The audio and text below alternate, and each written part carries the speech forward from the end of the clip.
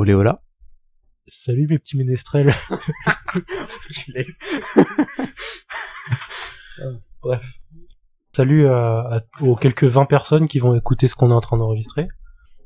Voilà, deux amoureux de science-fiction qui s'apprêtent à vous parler d'un livre. Exactement, parce qu'on a que ça à foutre. Et on aime bien les bouquins. Et surtout science-fiction fantasy. Surtout ça. Bah c'est pour ça qu'on s'enregistre. Si c'était pour parler de Madame Bovary... Flemme, quoi. Enfin, bon, voilà, quoi.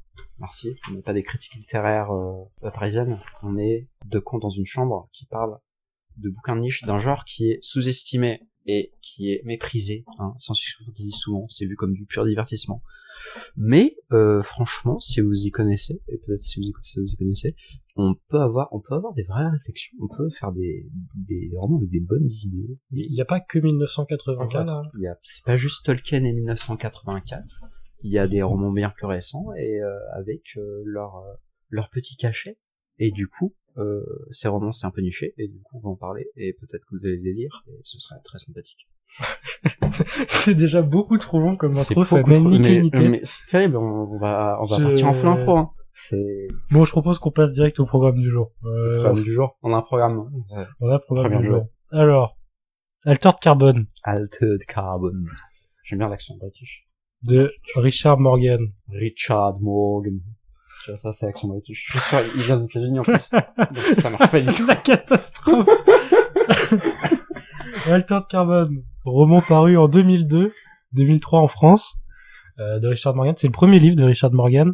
Livre qui est un petit peu connu, puisqu'il a eu droit à une petite adaptation en série Netflix. Alors. Sur laquelle on va cracher plus tard, d'ailleurs. Alors, Altered Carbon, 20 ans après, on en pense quoi? C'est... Alors, pour avoir commencé par un autre bouquin de l'auteur, c'était étonnamment, de façon surprenante, de qualité, je trouve. Ouais, pour le coup, c'est un vrai bon livre, parce qu'on l'a lu tous les deux, le livre en question, Blackman, et c'est... Non, c'est Thin Air. C'est vrai, c'est Thin Air, pardon.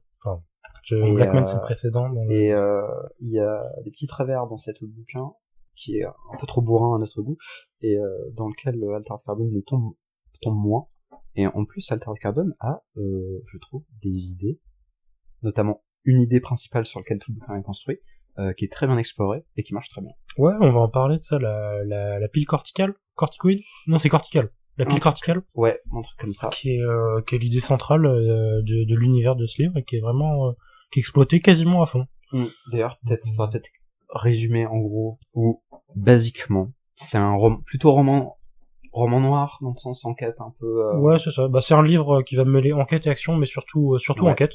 Donc mélange de roman noir d'enquête et de science-fiction dans un monde où la conscience, l'esprit, l'âme peut-être, peuvent être enregistrés dans des piles cortimachin. Je ne vais jamais prononcer ça. Je crois que c'est cortical. On va dire cortical. Des piles corticales qu'on peut insérer à l'arrière de la nuque. Et donc tout le monde est à peu près immortel. Et on peut enregistrer la conscience de quelqu'un et la mettre dans un autre corps. Et évidemment, il y a des problèmes d'inégalité. Par exemple, les pauvres vont se mettre dans des corps synthétiques de basse qualité parce qu'ils n'ont pas l'argent nécessaire pour se mettre dans ils appellent ça des enveloppes organiques. D'ailleurs, on pourra peut-être faire des parallèles avec Ghost in the Shell après. Oui, c'est possiblement une petite inspiration. Oui, peut-être. Il a peut-être vu Ghost in the Shell avant d'écrire son bouquin, c'est possible. Et donc l'histoire du roman, c'est un enquêteur. C'est quoi le titre de sa profession déjà? Il est diplômé, il vient des corps diplomatiques. Voilà. Il a donc Takeshi Kovacs, personnage principal, ancien des corps diplomatiques, qui sont les sortes de forces spéciales intergalactiques. Enfin, forces spéciales galactiques, qui est aujourd'hui juste un bandit, un mercenaire. Suite à une arrestation qui a mal tourné, il est débauché par un riche milliardaire terrien pseudo-immortel, mais qui a malgré tout été tué provisoirement. Qui s'est apparemment, thèse des policiers, suicidé, sauf que pourquoi est-ce qu'un immortel se suiciderait? Ça n'a pas de sens. Et donc, Takeshi Kovacs va enquêter sur cette histoire un peu morbide. Donc on a 400 pages, 540 pages de Takeshi Kovacs mène l'enquête pour résoudre la mort de Lawrence Bancroft. Ouais, sachant qu'il est dans une nouvelle enveloppe, un nouveau corps qu'il ne connaît pas, et qu'il enquête sur l'histoire d'un immortel qui s'est suicidé avec aucune information, comme il ne connaît pas, il vient pas de la Terre d'ailleurs, enfin... Non, il vient d'une planète qui s'appelle Arlan. Oui, donc plusieurs planètes dans cet univers, et donc il y a tous les morts, terriens. Ouais, l'humanité s'est répandue sur pas mal de planètes. Hein. Elle a colonisé probablement le système solaire, parce qu'on parle de Mars, et elle est sur des planètes au-delà du système solaire. Et comme c'est du cyberpunk, t'as tout le côté influence japonaise aussi, avec Arlan, qui est une planète principale. Ah oui, Arlan est très japonaise. Donc Takeshi Kovacs aussi. Ça se sent clairement, c'est la culture dominante avec la culture américaine. Et le style peut-être. Je te propose on peut peut-être parler du prologue vite fait parce qu'on est dessus. Enfin prologue, intro, le début. T'en as pensé quoi toi de toute cette entrée en matière Le tout début du bouquin. Ouais, le prologue, les premiers chapitres. Ouais, bah du coup t'as un premier chapitre, in medias res, où le personnage principal meurt dans le premier chapitre. Oui, en fait le prologue c'est spoiler. Bon, c'est le prologue, les gars. C'est le prologue, faites pas chier. En plus, vous la connaissez, l'histoire, vous avez tous vu la série. Bon, Takeshi est avec une autre mercenaire nommée Sarah. Et bon, voilà, globalement, il se fait tuer dans une attaque par les forces de police. Et ouais, c'est ça qui est intéressant, c'est que du coup, c'est un début choquant, mais qui permet d'introduire très vite l'idée principale du bouquin, qui est ces piles qui permettent de changer de corps.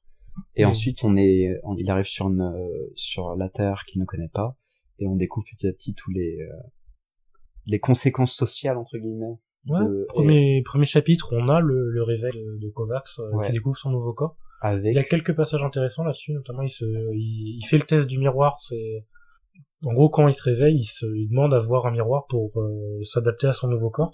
Ça, c'est plutôt pas mal comme passage. Ouais. L'enveloppe est addicte à la clope. Elle est addicte à la nicotine, alors que Takeshi ne fume pas. Et donc, il a des envies physiques de clope tout au début du bouquin. Donc, ça fait plein de petits trucs sympas. Il y a des augmentations corporelles un peu transhumanistes du style, je trouve qu'il y a une augmentation militaire qui s'appelle un Orakem.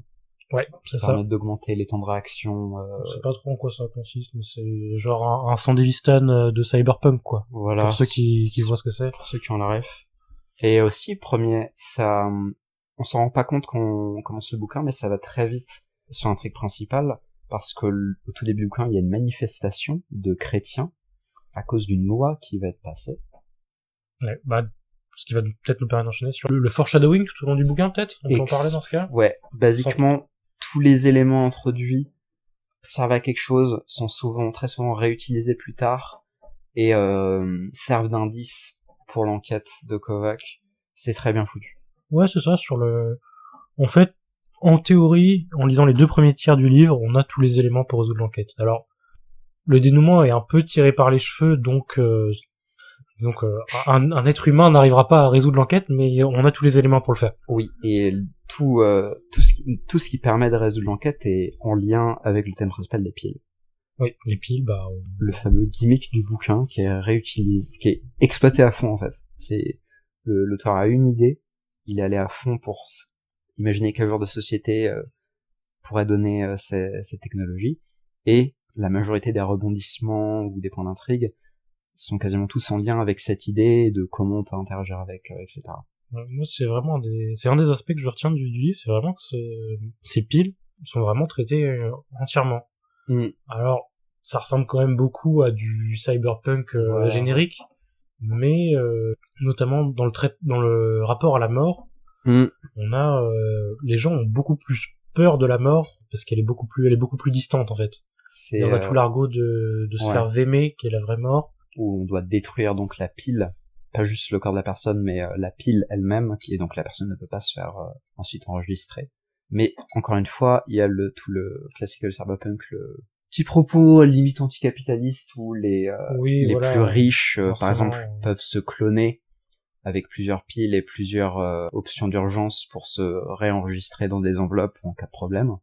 C'est clairement on a à peu près toute une galerie des dérives qu'on peut faire avec ce genre de système de sauvegarde. C'est que des gens très riches sont immortels, en fait. C'est ce qu'ils appellent les maths dans le livre. Les maths short pour Mathusalem, qui est petite figure emblématique de la Bible, je crois. La Bible, ouais. Qui est donc l'image du très vieille personne immortelle et très sage.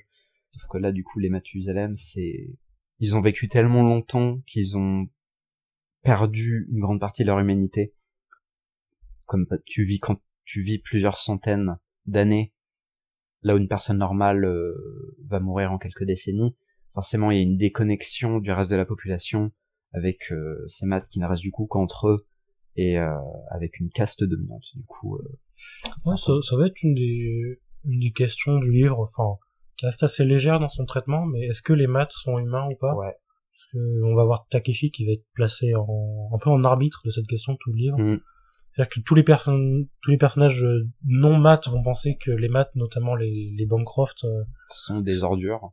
Voilà, et les Bancroft, que Lawrence Bancroft et sa femme Myriam vont plutôt chercher à s'en défendre dans leur rare conversation.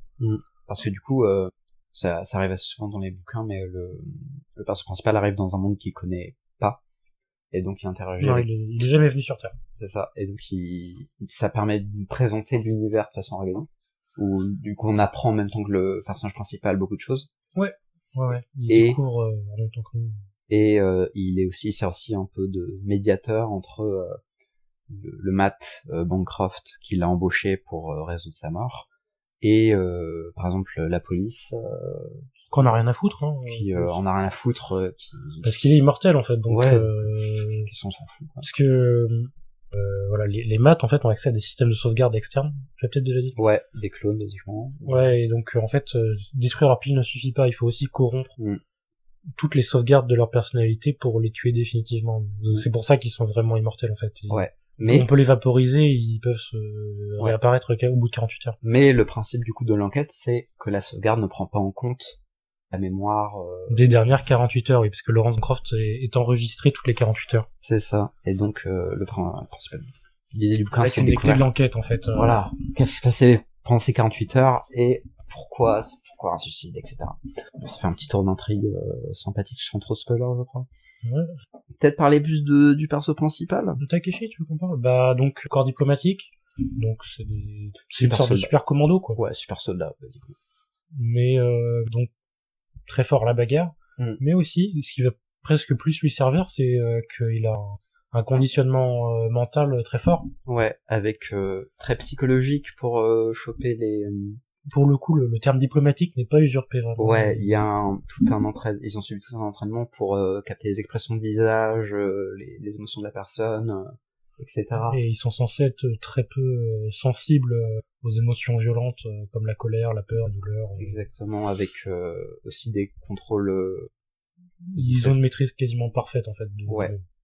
Ou du coup, et aussi la particularité des corps diplomatiques, c'est qu'ils sont déployés dans différentes enveloppes sur différentes planètes en fonction des besoins de la direction du corps diplomatique, et donc à chaque fois en fait ils doivent arriver dans une nouvelle culture différente, s'adapter, comprendre quels sont leurs alliés, leurs ennemis, etc. Avec des enveloppes plus ou moins adaptées au combat. Par exemple, l'enveloppe de Kovac dans le bouquin est pas ultra performante à ce niveau-là. Ouais, mais il s'en sort pas trop mal quand même, parce qu'il a le il a un ce qu'on appelle un Noracam, donc on a parlé, l'espèce de Sandevistan. Ouais, c'est ça. Biologique, plutôt. Puis, son entraînement diplo lui permet de s'adapter en 2 heures, quoi. Il s'est fait à l'idée d'avoir un nouveau corps, ce qui est pas le cas de la population locale. Ça, on l'imagine. Sans entraînement, c'est dur de changer de corps. Ouais, et du coup, avec certaines personnes aussi qui refusent un peu ces nouvelles technologies, notamment la manif chrétienne. Le tout début du bouquin s'ouvre sur une manifestation de chrétiens contre... Je pense que Richard Morgan avait quelque chose contre les courants intégristes. Je pense qu'il y a... américains, ouais, il y a... Mais voilà, en gros, sur Terre, le christianisme a perduré alors que la plupart des religions se sont éteintes. Et ils refusent toutes les technologies en rapport avec le fait d'outrepasser la mort. Donc ils refusent de se faire enregistrer, ils refusent d'être réanimés. Ils refusent qu'on récupère leur sauvegarde pour les mettre dans notre corps. Et du coup, au moment où Kovac rentre sur Terre et commence à s'adapter à son enveloppe et à parler avec la police pour ensuite rencontrer son commanditaire, son employeur, il y a une manifestation de chrétiens parce qu'il y a une loi qui va passer qui permettrait de ramener à la vie des témoins de religion chrétienne pour les interroger dans le cadre d'une enquête. Voilà, et ça va resservir pour le coup pas mal. Et voilà, c'est le point principal. En fait, pour revenir sur Takeshi, sur le contrôle des émotions, on sent que lui, il est plus tant que ça dans les corps diplomatiques, parce qu'il y a pas mal de moments où il pète un peu les plombs. Oui. Après, c'est vrai que le corps diplomatique, ça a aussi une fonction très très bourrine à certains moments. Oui, ils ont l'air d'avoir fait pas mal la guerre, notamment Inénine, qui est un nom qui revient beaucoup. Oui, donc comme une histoire de guerre virale. Comme on a un personnage du super soldat, évidemment, on a l'histoire, le background du personnage avec une guerre un peu traumatisante, des cauchemars. Ouais, ça c'est honnêtement pas la partie la plus intéressante. C'est pas la partie, ouais. Mais je trouve que le personnage de Takeshi Kovacs s'en sort bien là-dessus parce que on n'est pas tout à fait dans le cliché du mec vraiment le gros bourrin, mais qui cache un traumatisme. Ouais. Je trouve que en fait, il a tous ces éléments-là en lui, Takeshi. Il parvient parfaitement à être à la frontière du bourrin pour rester un personnage assez subtil et élégant. Ouais, c'est pas juste un gros bras stupide. Il y a le côté enquêteur malin et plein de défauts de personnage. Il passe vraiment pas loin pour le coup d'être dans ce cliché-là de l'anti-héros, le mercenaire, qui flingue tout le monde à tour de bras, mais au fond il a un grand cœur, il est traumatisé. Et il a quelque chose en plus, Takeshi, qu'on retrouve pas souvent. C'est ça. Pour cet archétype. Il y a de la nuance qui est sympathique, et justement, il entre en opposition avec un autre personnage qui n'a pas de nuance. C'est ça que je suis très intéressé. Mais bref. Peut-être pas en parler. Moi, j'ai beaucoup aimé Takeshi pour ça, parce qu'il montre que le personnage de l'anti-héros peut quand même, sans trop le modifier, être agréable, quoi. Parce que moi, c'est un archétype avec lequel j'ai beaucoup de mal dans la science-fiction, parce qu'on le retrouve partout. Oui, ouais. Et c'est un tue-l'amour, un peu. Ouais, ça peut facilement faire un truc... L'anti-héros, mercenaire, enquêteur, père soldat, c'est un peu lourd.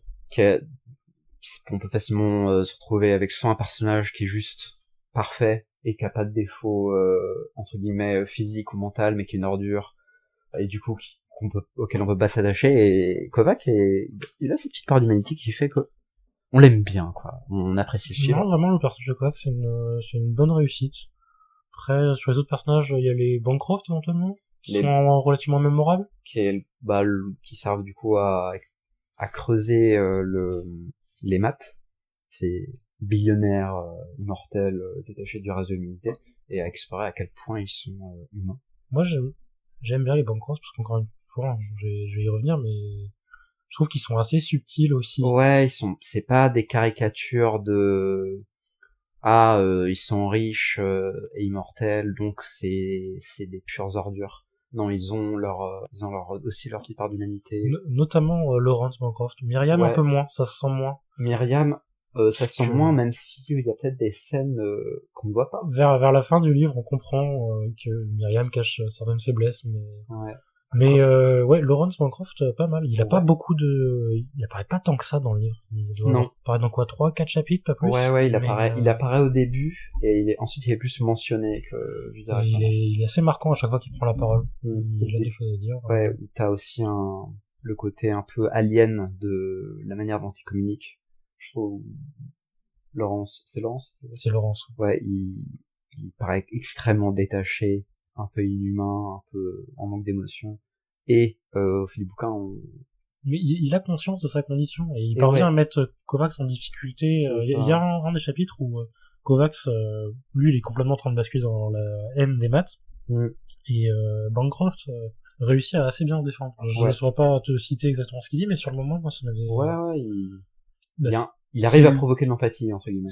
C'est clairement le personnage qui permet d'avoir un vrai dialogue sur le maths, sinon il n'y aurait pas vraiment de questions, ce serait les enculés. Oui, avec l'antagoniste principal. Ouais, voilà. On a un troisième personnage maths dans le livre qui est Raylene Kawara, et qui, elle, il n'y a aucune subtilité. Voilà, c'est l'ordure mafieuse. Son background, elle faisait boire de l'eau contaminée à des pauvres. Ouais, elle faisait de la meth, non, aussi, non, non, elle avait travaillé comme porteuse d'eau. Ah oui, okay. Pour les mafias, et en fait, elle faisait... Les ouvriers qui refusaient de se plier à la mafia devaient boire de l'eau contaminée face à leur famille, sinon on massacrait. Oui, donc. Le classique, vraiment très très méchant, quoi. Voilà, le grand méchant, elle est très méchante, donc on doit la buter. Voilà, c'est pas très nuancé. Mais elle arrive assez tard. Elle prend pas plus de place que nécessaire. Mais du coup, elle marche bien dans le sens où c'est très facile de la détester. Et oui, bah d'ailleurs, Takeshi, il a une haine viscérale de Kawara. Ce qui permet aussi d'humaniser Takashi, qui peut parfois, comme sans compter anti-héros, il fait pas mal de trucs pas très moral au final quand même. Ouais, tu veux qu'on parte là-dessus? Dans ce cas-là, on va partir sur une zone spoiler, peut-être? Ouais, Parce que- faudrait peut-être qu'on commence. Ouais, bon, bah, si vous avez écouté jusque-là, que le livre vous intéresse, on peut le dire tout de suite, bah, lisez-le, en fait. C'est très, c'est un peu du Lisez-le cyberpunk, mais il y a des vraies idées originales dedans. Les personnages sont humains et attachants. Niveau du style d'écriture, c'est simple et efficace, moi je trouve. Ouais. Bon, donc, à partir de maintenant, on s'interdit plus aucun spoil, voilà. Et si vous avez lu si vous avez vu la série, vous pouvez lire le livre quand même, hein, parce que les histoires sont pas tout à fait les mêmes. Ouais, et on va parler de la série aussi. À la fin, ouais. On y reviendra. Les petits produits dérivés. Hein. Donc, bah, vas-y, parle-nous des pétages de plomb de Takeshi. Bah, notamment, c'est après que l'une des prostituées sur laquelle il enquêtait. Ouais, voilà. Et à un moment, il va enquêter sur des prostituées, il va se faire capturer par le gang qui gère la maison close, et il va être torturé, dans une réalité virtuelle. Ça, c'est un truc qui va revenir pas mal, la réalité virtuelle. On en a pas parlé, mais ouais, il y a tout un truc de réalité virtuelle, avec qui propose du coup des trucs assez intéressants, avec notamment le personnage de Cadmine. Donc on reviendra sur Cadmine aussi, ouais. Mais et donc après avoir une torture mentale du coup, où dans cette réalité virtuelle on lui fait ressentir des sensations horribles sans que son corps ne puisse être endommagé. Je sais plus, ça dure 2 jours en temps relatif, quelque chose comme ça. Ouais, quelque chose comme ça. Il est torturé pendant 2 jours dans un corps de femme, donc on imagine qu'il a été violé. Ouais, avec quelques commentaires sur le fait que le corps des femmes est plus sensible physiquement que le corps des hommes, et que donc ils l'ont mis comme ça pour lui faire souffrir. Et aussi, je crois qu'il y a des histoires de viol dans cette... Ouais, pour le coup, ce chapitre-là, je m'en souviens assez bien, et c'est relativement léger, c'est-à-dire que très vite, au lieu d'avoir une description graphique, on va passer sur des pensées de Kovacs qui cherchent à se blinder, on va passer en profil, en point de vue interne, sur Kovacs qui cherche à ignorer la douleur, donc c'est pas particulièrement traumatisant comme passage. Mais par contre, on imagine bien tout ce qui peut suivre. Voilà, c'est du classique genre, sous-entendu, où on vous laisse imaginer, entre guillemets, qu'il a pu subir. Il est dit qu'il se fait brûler les pieds, je crois, et qu'il y a une histoire de barre de fer chauffée à blanc, mais oui, ça va pas plus loin. Enfin, ça va pas plus loin. Truc très humiliant et très douloureux, et donc après, il pète un plomb, il massacre absolument tout le monde. Ouais, voilà. Il parvient à s'échapper grâce à un coup de bluff. Enfin, plus ou moins un coup de bluff, parce qu'on apprend ensuite que c'était pas vraiment le cas, mais... Bon, bref, il parvient à s'échapper, il se réveille dans la clinique où il est tenu prisonnier, et il fume tout le monde. Mais violent. Et Non, d'ailleurs, non, il parvient à s'échapper dans une voiture, je crois. Oui. Alors qu'il se fait escorter par Kawahara, enfin, pour aller voir Kawahara. Ouais, par Trep, qui est une mercenaire qui reviendra un peu après dans le livre. Et parvient à s'échapper, il fume tout le monde, il retourne dans la clinique, il fume tout le monde dans la clinique. Ouais, donc il y a pas mal de moments où il se montre pas très diplomate, justement. Et justement, c'est là qu'on va découvrir la vraie mort, de la place de la vraie mort dans le bouquin, parce qu'il va tuer tout le monde définitivement. Il va dézinguer au fusil laser les piles de tous les employés de la clinique. Ce qui est aussi, du coup, le vrai meurtre, c'est un peu vu comme quelque chose de très drastique, entre guillemets, dans l'univers. Oui, le rapport à la mort a assez changé. En fait, tout le monde a un peu peur de tuer, et tout le monde a un peu peur de la mort, parce que même les exécutions n'ont pas lieu. Ça existe encore comme peine, mais elles ont toutes été remplacées par de la prison, et prison qui peut aller jusqu'à 200 ans. Sans enveloppe ou... C'est ça, en fait, la prison, c'est ce qu'ils appellent le stockage. Et donc, juste, tu es déconnecté de tout corps pendant la durée de ta peine, et t'es réveillé dans un corps seulement à la fin de ta peine. Si tu prends 200 ans de tôle, ta vie s'arrête, et on te réveille, et 200 ans ont passé. Ouais. Et pour toi, il s'est passé qu'une seconde, quoi, mais... Je sais pas, d'ailleurs. Il y a pas d'histoire où tu peux garder la personne consciente dans une réalité virtuelle pour... Kawahara dit qu'elle peut faire ça, ouais. Mais disons que les peines légales... moi, c'est ce que j'ai compris. Ouais. Je crois que c'est ça, ouais. Juste, tu perds du temps, quoi. Tu te réveilles, t'as sauté une génération, 2, 3... Ouais. Et d'ailleurs, du coup, sur le sujet de... Ce qui fait que du coup, il y a pas mal de générations différentes qui se côtoient. Oui, c'est vrai. C'est pas un aspect qui est vraiment abordé dans le livre, mais on a à la fois les maths et tous les repris de justice qui vivent sur des siècles. Ouais, on a aussi où il explore un peu l'idée d'une personne qui fait une peine de prison et qui revient pour trouver toutes les personnes qu'elle connaissait âgées ou remplacées par leur fils, etc. Comme ça aurait été quelque chose qui aurait éventuellement pu être plus intéressant à développer. Ouais. Sur le côté, aussi, sur le côté graphique, entre guillemets, ça aurait pu être pire. Le côté violence, gore, sexe. C'est assez léger. Le sexe, Le sexe, c'est un peu peut-être. Le sexe est très, très bien décrit, mais très bien non, enfin, disons qu'il est très explicite. Voilà, c'est un peu, je trouve ça manque, c'est le point, autant sur tout le côté violence, etc., ça, on se laisse pas trop aller gratuitement, voilà, par exemple la scène de torture, elle est pas décrite explicitement juste pour choquer, c'est plutôt bien fait. Autant les scènes de sexe, ça a tendance un peu à faire très beauf quand même. Je pense que quand t'es adolescent, ouais, t'as un sacré barreau en lisant ça, mais plus tard, c'est un peu gênant, c'est un peu, moi, pas j'aime nécessaire. pas trop parce que j'ai l'impression que les deux personnages féminins principaux du livre sont juste là pour exciter Kovacs. Ouais, il va y avoir 2 scènes de sexe dans le livre et avec 2 personnages différents et ça gâche un peu, je trouve, l'aura que dégagent ces 2 personnages féminins. C'est le défaut. Elle se donne un peu facilement à Kovacs. Oui. Et notamment avec Myriam Bancroft, Kovacs est un animal, on peut le dire. Oui, c'est un sauvage. En fait, à chaque fois qu'il voit Myriam, il pense qu'à la baiser. Ouais, après. C'est un peu dommage. Ouais. Il y a le délire aussi, je crois que, comme. Ouais, elle exude des phéromones qui excitent, sexuellement. Et aussi le fait d'arriver dans une nouvelle enveloppe, où le corps, du coup, a été, entre guillemets, en hibernation pendant très longtemps. Ouais, il y a un peu de ça. Ouais. Mais c'est pas vraiment c'est pas ce qui ressort quand tu lis ces séquences-là. Ce qui ressort, c'est que Kovacs a une gueule énorme et que voilà. C'est un peu dommage. Éventuellement, l'autre scène de sexe avec Christine Ortega est peut-être moins gratuite. Ouais. Parce que ça fait sens dans l'histoire, ça fait sens avec le lien qu'il développe. C'est la romance, entre guillemets. Celle avec Myriam Bancroft, en plus, elle arrive assez vite. Toute la relation avec Myriam est un peu de côté. Moi, c'est un personnage que j'aime pas trop, Myriam. Ouais. Enfin, en fait, le fait que Kovacs la voit juste comme 2 gros nibards, ça me gêne un peu. Oui, alors que c'est un peu une immortelle. Bon, la représentation des femmes n'était pas idéale dans ce livre. Ouais, dans le bouquin, c'est pas idéal. Mais je crois que je trouve ça pire dans ces autres entrées. Quand même. Dans les autres livres que j'ai pu lire de lui, ouais. Le seul autre livre que j'ai pu lire de lui, c'était catastrophique aussi. Mais... Là encore, ça va, c'est un petit problème, mais donc c'est la partie bourrine du livre. Voilà, en fait, c'est la partie un peu décérébrée, il baise et il y a beaucoup de fluide impliqué. Ouais, c'est ça. Les scènes d'action, par contre, je trouve ça va c'est un peu de la violence. Ouais, ça c'est bourrin aussi. C'est très bourrin aussi, mais c'est plus plaisant et bien foutu, bien décrit, je trouve, la scène d'action. Ouais, c'est pas mal. Moi, j'ai quand même préféré la partie enquête, que je trouve assez bien menée. Ouais, clairement. Mais l'action, ouais, c'est clairement, on s'ennuie pas, quoi. De bonnes scènes d'action, ouais, le point principal, la qualité principale du livre, c'est clairement l'enquête avec l'intrigue qui est très... Tout sert beaucoup.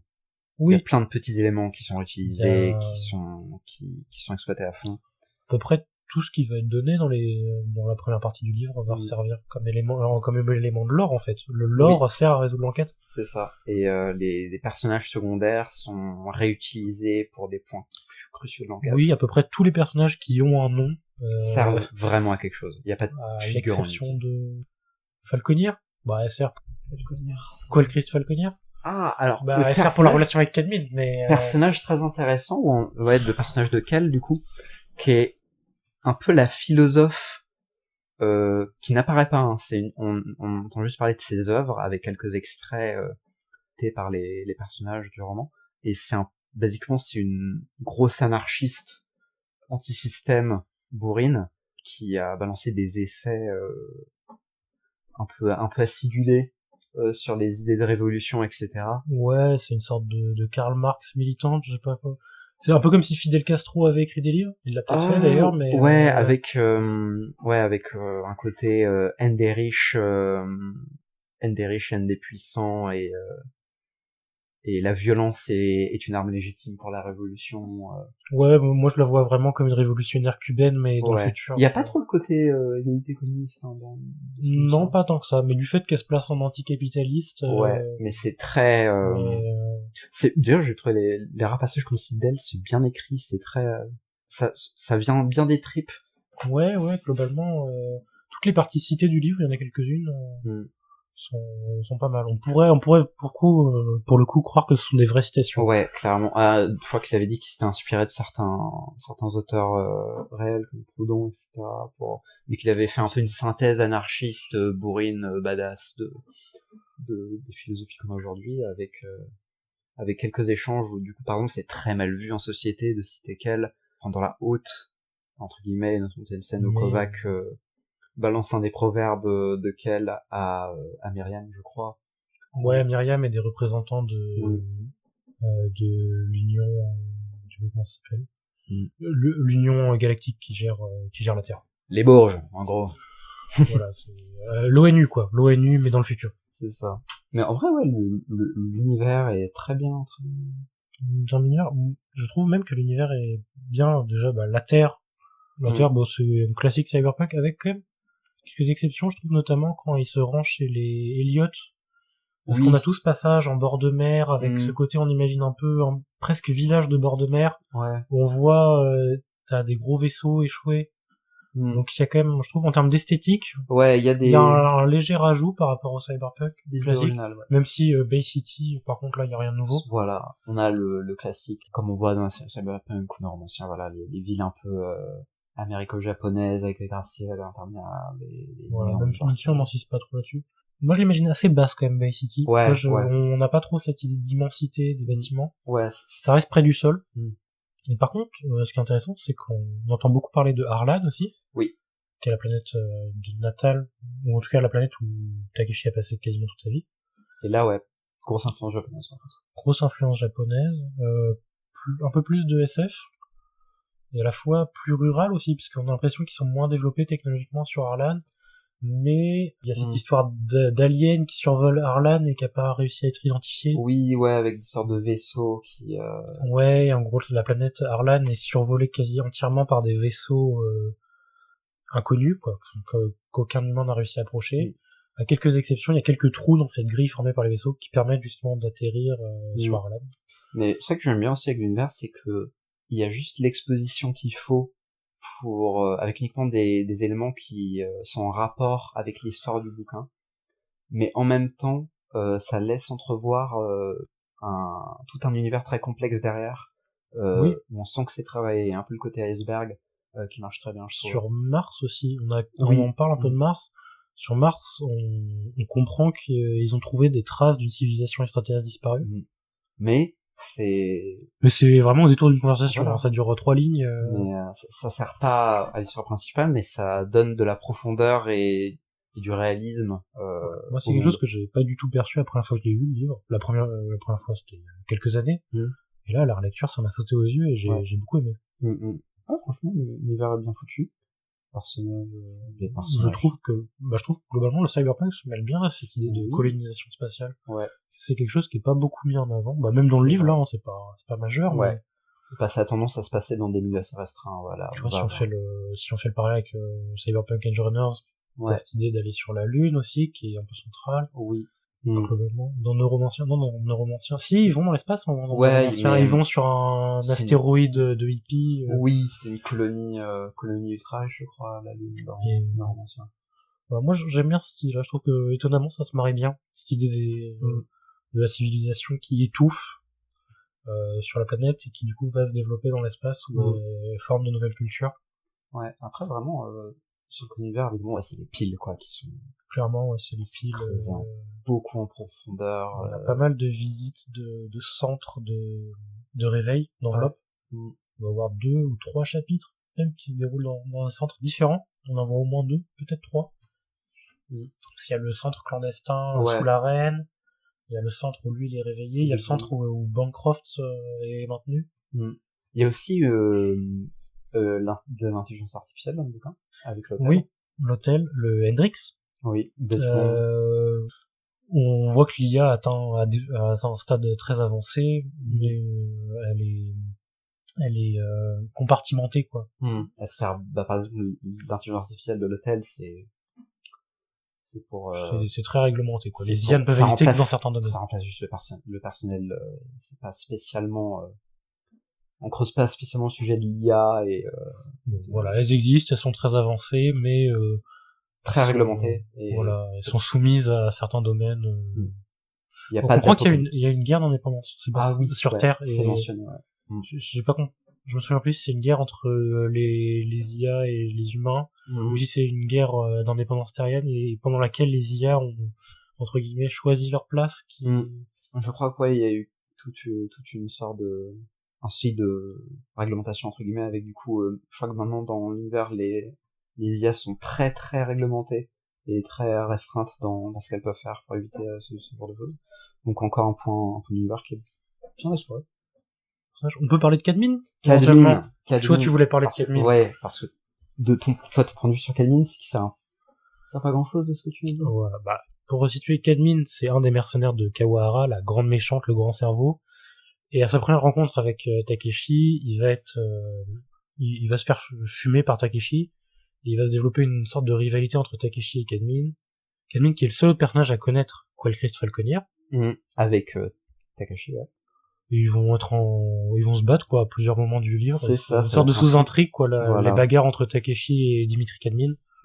Sachant qu'à la fin, il est même plus au service de Kawahara, et il agit de manière oui, sa rivalité avec Kovacs est tellement grande qu'il va déserter le service de Kawahara pour tuer Kovacs.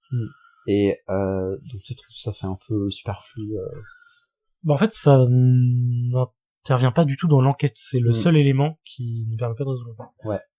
C'est vrai que c'est un peu détaché du reste de l'enquête. À l'exception, éventuellement, en cherchant un peu, la première rencontre avec Cadmin, il était chargé dans 2 enveloppes, et ça servira à Kovacs pour vaincre Kawahara. Mais moi, j'aime bien Cadmin dans le sens, certes, il a pas énormément d'impact sur l'histoire et la trame principale, mais il permet d'explorer un peu le thème, et je trouve il sert de miroir au personnage de Kovacs. Les deux ont un peu la même fonction. C'est deux mercenaires tueurs qui vont dans différentes enveloppes pour faire du sale boulot. Mais là où Kovacs, même s'il fait très anti-héros, arrive à lier des liens, à une certaine humanité au cours du bouquin, je trouve qu'Admin, ça sert un peu à montrer ce qu'il pourrait être, parce que Cadmin, c'est le Patchworkman, je crois. Oui, le bonhomme Patchwork. Le bonhomme Patchwork, où quand ils vont l'interroger en simulation virtuelle, la représentation mentale de Cadmin, c'est un assemblage de toutes les personnes, de toutes les enveloppes dans lesquelles il a été. Ouais, ça c'est assez sympa. C'est dommage même que ce soit pas plus exploré.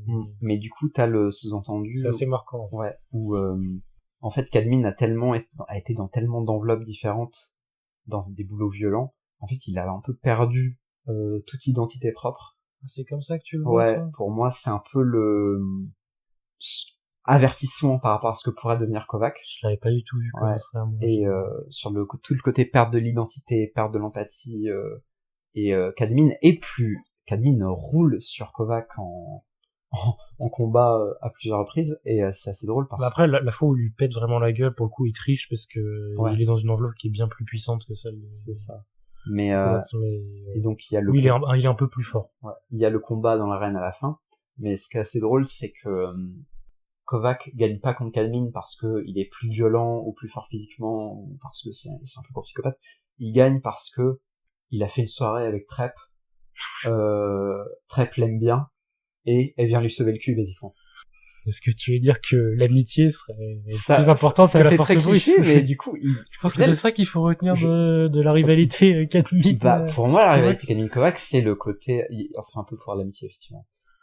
Mais il y a ce côté, c'est l'avertissement psychopathe, quoi. C'est...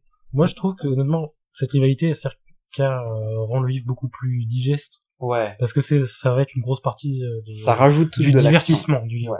Ça rajoute de l'action. Mais en termes, je trouve que pour l'intrigue, ça sert pas à grand chose. Mais au niveau des thèmes de la pile et de ce que ça pourrait faire à une psyché, le fait de vivre dans plein de corps différents. Le bonhomme Patchwork, c'est sympa, mais moi, j'ai pas trouvé que c'était si profond que ça dans la lecture de... Oui, c'est pas de Cadmin. C'est pas la grande philosophie, mais c'est un miroir sympa quand même. La première confrontation avec Cadmin, elle est intéressante. Ouais. La confrontation verbale, quand ils se voient dans la réalité virtuelle. Et après ça, en fait, je comprends pas trop pourquoi Cadmin il va à tout prix tuer Kovacs.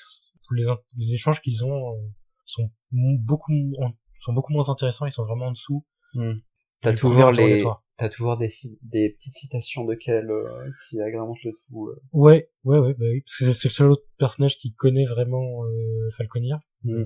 Mais oui, après ça sert surtout à mettre de l'action, mais je trouve ça, il y a un vrai côté personnage miroir et ça sert aussi à explorer des thèmes intéressants vis-à-vis de la pile, je trouve.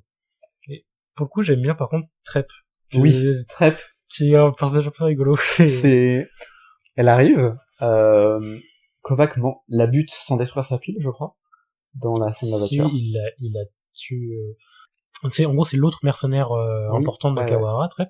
Quand il s'évade de la clinique, il parvient à la tuer, il détruit sa pile, sauf qu'elle aussi, elle a accès à des sauvegardes. Oui, ouais, non, c'est ouais. Et du coup, elle revient beaucoup plus tard, mais elle se souvient pas de... Elle se sauvegarde que tous les 2 ou 3 mois. Et du coup, elle se souvient pas du tout de Kovacs, elle a jamais entendu parler de lui. Et du coup, elle se lie d'amitié avec lui. Et du coup, ils prennent un verre ensemble, et ils se bourrent la gueule. Elle a un rapport à tout ça qui est assez marrant, parce qu'elle dit, bah, écoute, t'as tué la personne qui se souvenait de toi. Donc moi j'ai plus aucun différent avec toi, on peut faire ce qu'on veut ensemble. Voilà, m'en parle pas, c'était pas moi, vas-y, on va s'amuser ensemble un peu quoi.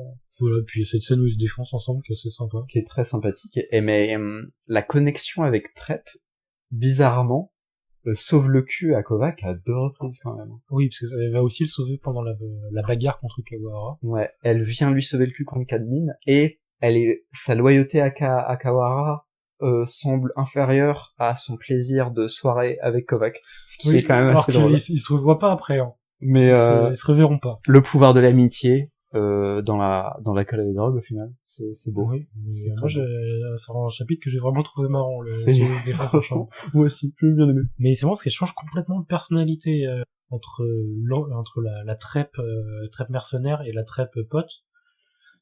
Quand il s'échappe de la clinique, tout ça, qu'il est escorté par Trep, c'est une vraie pute, quoi. Enfin, genre, elle est détestable. En vrai, je crois qu'elle est plutôt détachée, en mode, elle s'en fout un peu, elle fait son taf. Dans mes souvenirs, c'est un peu moi, je l'ai trouvée assez menaçante, justement. Genre, vraiment, homme de main compétent. Mais c'est vrai qu'il t'a Et par contre, quand elle revient, elle en a rien à foutre. C'est une ado défoncée. C'est le petit contraste entre, mais c'est vraiment pas la même personnalité. Entre Trep au boulot et Trep en soirée. C'est vrai que c'est un régal, ce perso. Bon, honnêtement, il fait aucun sens, je trouve, mais je trouve original. Je trouve ça marche bien, quoi. C'est sympa, ça rajoute une petite touche de légèreté, et encore une fois, c'est pas même si c'est un personnage secondaire, elle est pas inutile, et elle a un vrai impact sur l'histoire. Même si ça sort un peu de nulle part. C'est un peu léger, ouais, ça sort de nulle part, je trouve. Mais c'est original. C'est le pouvoir de l'amitié, je cherche pas. Pour le coup, j'ai préféré cette interaction-là à celle qu'il y a avec Cadmine, où on essaie de construire un méchant, et en fait, c'est pas lui le vrai méchant, et il meurt un peu. Cadmine, antagonisme secondaire, mais je trouve il est pas mal écrit au point où c'est un problème pour le bouquin, et... Non, pas du tout. Mais je comprends pas trop ce que ça fait là dans le sens où je trouve le reste du bouquin est vraiment poli, quoi. Oui, il est parfait, et t'as ce truc-là qui dépasse.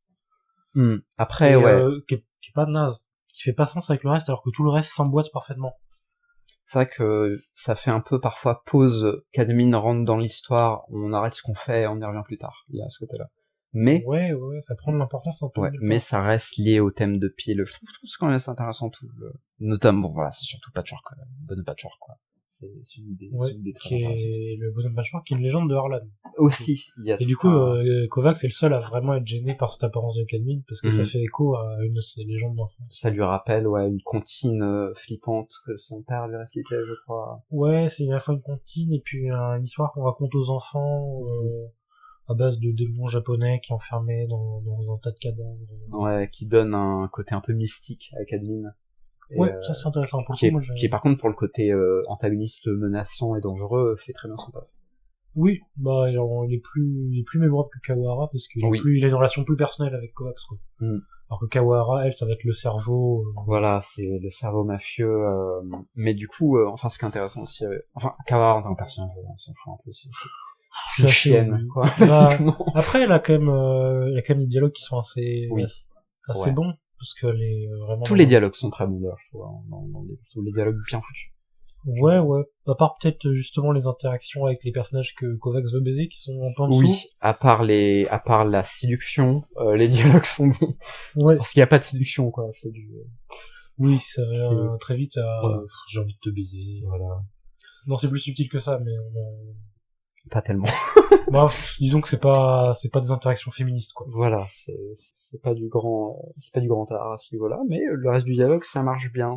C'est Kawahara, pas grand chose à dire dessus. On peut peut-être parler, t'as quelque chose à dire sur Christine Ortega? Christine Ortega, alors, honnêtement, elle m'a pas paru ultra mémorable comme personnage. Je trouve que ouais, bah, pas grand chose. C'est elle qui va aider Kovacs Voilà, pendant l'enquête. c'est la flic. Après, elle lance un peu de discussion parce que elle a un point de vue beaucoup plus négatif sur les maths, par exemple. Et il y a aussi l'interaction parce que Kovac est arrivé dans l'enveloppe de Riker, ou je sais pas, Riker, je l'ai appelé. qui était donc l'ancien petit ami d'Ortega. Voilà. Et c'est pour ça qu'Ortega va aider autant Kovacs, c'est parce qu'elle veut pas que le corps de son petit copain se fasse abîmer. Exactement. Sachant que c'est aussi un peu un pied de nez qu'a fait Bancroft, je crois, à Ortega. Ouais. C'est ça, parce qu'ils se détestent cordialement, les deux. C'est ça, donc quand il embauche Kovac, il dit ah tiens c'est marrant, je vais me mettre dans le petit copain de l'autre flic qui me déteste.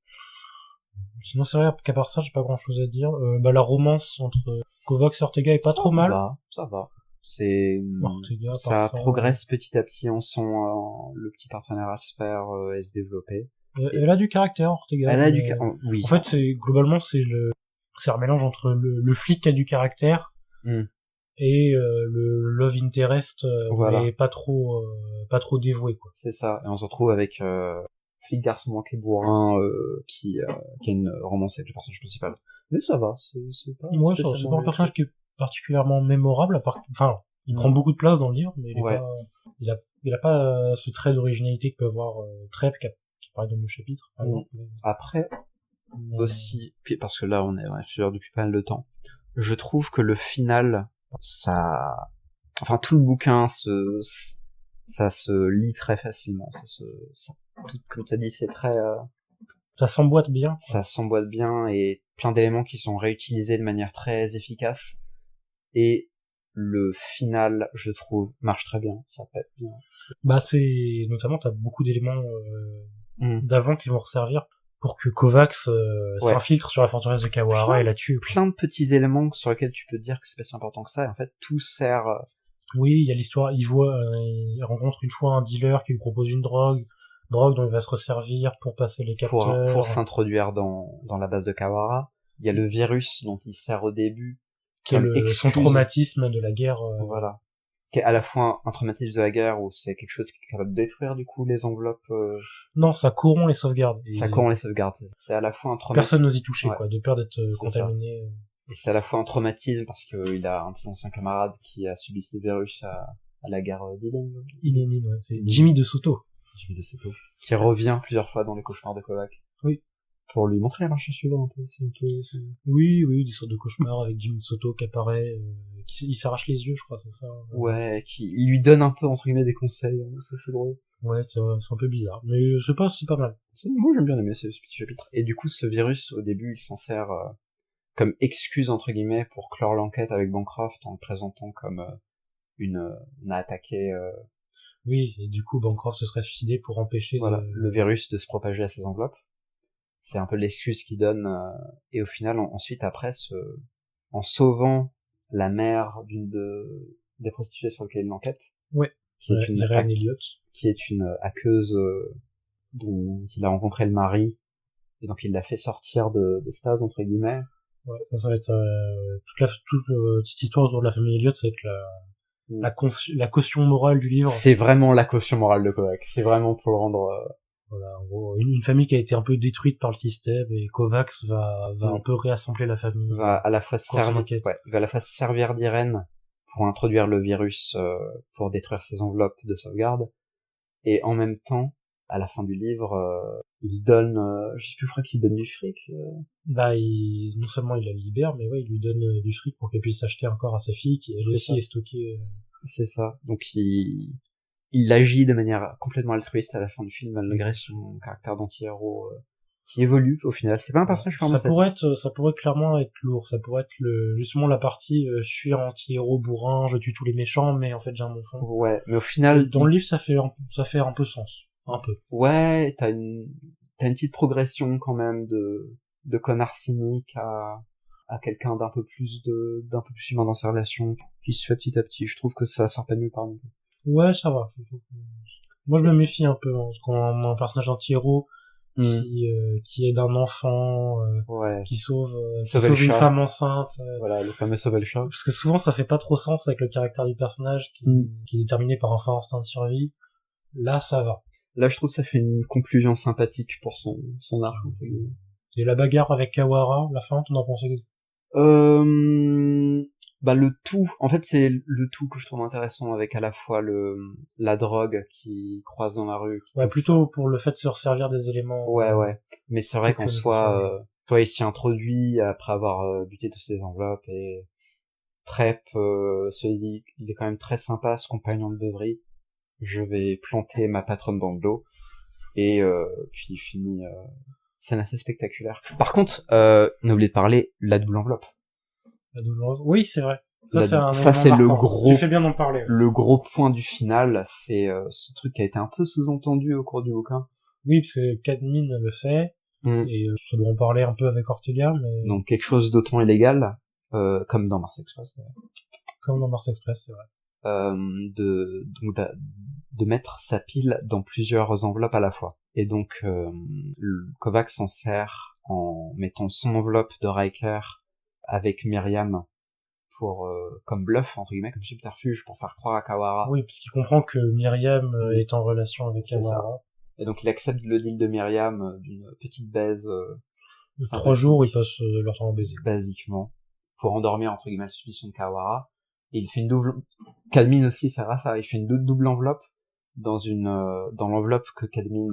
Oui. Dans l'enveloppe qu'il a utilisée dans l'arène pour se battre face à Cadmine. Qui est par rapport à Riker, vraiment un truc de super soldat. C'est un corps japonais avec un... C'est un techno ninja, voilà, un truc de con comme ça. Voilà, c'est un tech ninja, j'ai plus ce que c'est. C'est ça, donc c'est basiquement un corps optimisé, entre guillemets, pour la bagarre, ouais. Voilà. C'est un peu cliché. Alors, quand tu le lis, ça régale un peu quand même, cette douce. Ça, moi je l'aime bien ce final avec Kawara. Moi, c'est le moment où Kawara perd le contrôle parce qu'elle comprend qu'elle peut mourir pour de vrai, du coup, elle passe en position de domination à juste insulter, juste des insultes brutes en essayant de tuer. Ce qui est très satisfaisant, comme on la déteste, Kawara. Ouais. Toute la partie infiltration dans la forteresse, c'est un peu con. J'ai pas compris. Il y a un truc que je trouve ça fait vraiment à côté.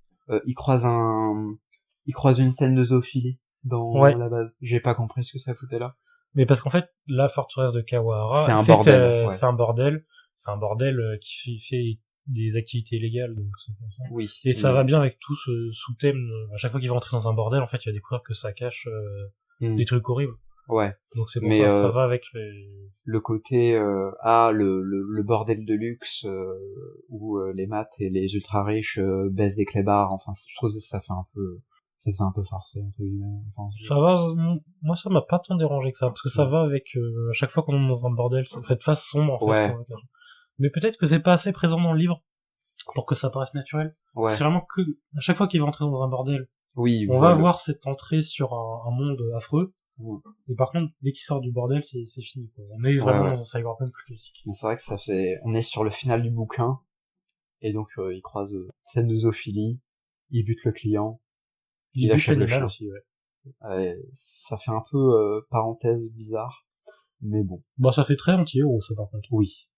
Il tue le méchant, puis il tue la victime pour l'empêcher de souffrir. Ouais. Mais final.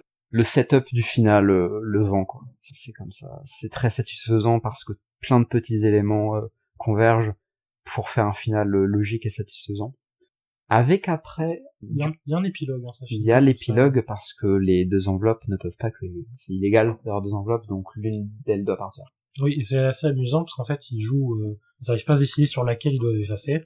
Celle qui est effacée, forcément, c'est celle dont on n'a pas suivi les aventures. Et ça, je trouve que c'est plutôt malin. C'est que, en finissant de lire, on comprend si c'est l'autre enveloppe qui avait gagné. Il joue à pile ou face, je crois, ou à pierre feuille ciseaux. Un truc comme ça. Si l'autre enveloppe qui avait gagné, en fait, on n'aurait pas eu la bataille contre Kawara. On aurait eu 3 jours de baisse, basiquement. Donc d'un côté, heureusement pour nous, lecteurs, que c'est la bonne enveloppe qui a gagné le pierre feuille ciseaux. Mais ça s'est bien trouvé, je trouve. Après, je me souviens, la discussion entre les enveloppes est assez drôle, parce qu'ils commencent à se battre un petit peu entre c'est quoi le meilleur souvenir buter cette énorme connasse de Kawara Ouais. ou les jambes en l'air avec Myriam.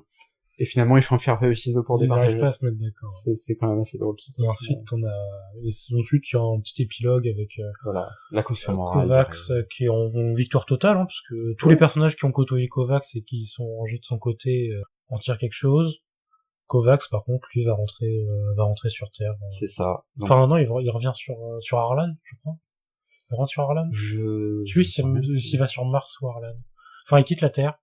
Fin ouverte, entre guillemets, sur une et c'est marrant parce que, alors même qu'il gagne complètement, oui, là, ouais. on passe sur un aspect complètement pessimiste, complètement morose. Ouais. Les 10 dernières pages du livre sont moroses, alors que les 10 d'avant sont hyper joyeuses. Ça met un peu déboussolé. C'est un succès total avec bourré d'adrénaline, et ensuite on a un peu la retombée dans la suite de la vie de Diplo, quoi.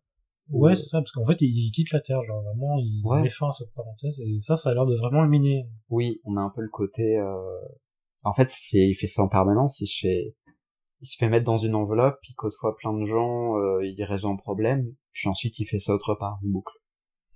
Une fin sympa. Le personnage... J'ai un peu de mal avec ce changement de ton, mais je trouve plutôt bienvenu.